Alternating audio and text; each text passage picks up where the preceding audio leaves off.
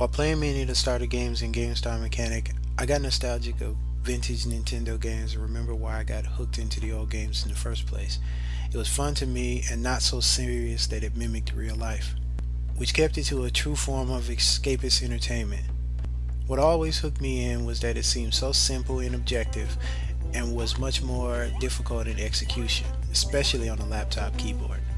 Timing and manual dexterity was everything, and ego played a role in it well because you felt like this simple game couldn't possibly be this hard. And before you know it, you spent endless hours invested into this quote-unquote simple game.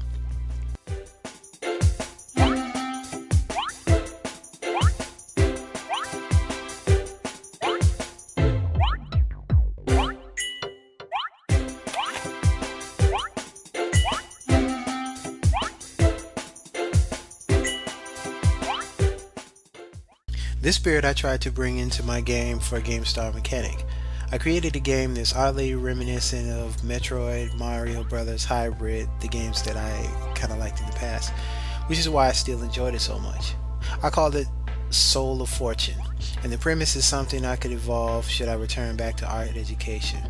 Soul is a space bounty hunter of sorts. He's going after Blablo Picasso, who has stolen the entire exhibit of the Interstellar Art Museum and hidden pieces across the solar system he controls. Soul was hired to retrieve them, and Blablo would destroy them and the planet they're on before releasing them. So each location has a set time frame to retrieve a certain amount of items.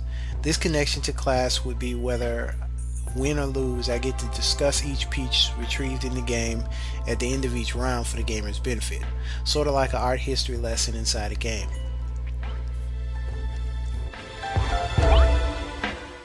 I went to Steam and I was drawn to Braid for the same reasons I was hooked on the Nintendo games I mentioned so long ago. The quality of the imagery and the sophistication of the story was definitely light years beyond the gaming that I remember, but the same type of feel and story concept was there that I grew up enjoying. I admit that the redo of mistakes was captivating, well, at least at first, but it was still a challenge to get used to. For the novice gamer's reflex, it's just as much time and challenge as playing without the redo. Almost like the movie Groundhog Day, where you keep redoing the same oops over and over again. Although the style was virtually striking to me, it seemed to speak very loudly of a moral within a game dealing with learning from mistakes, a very powerful concept to play off of with gaming out of any classroom.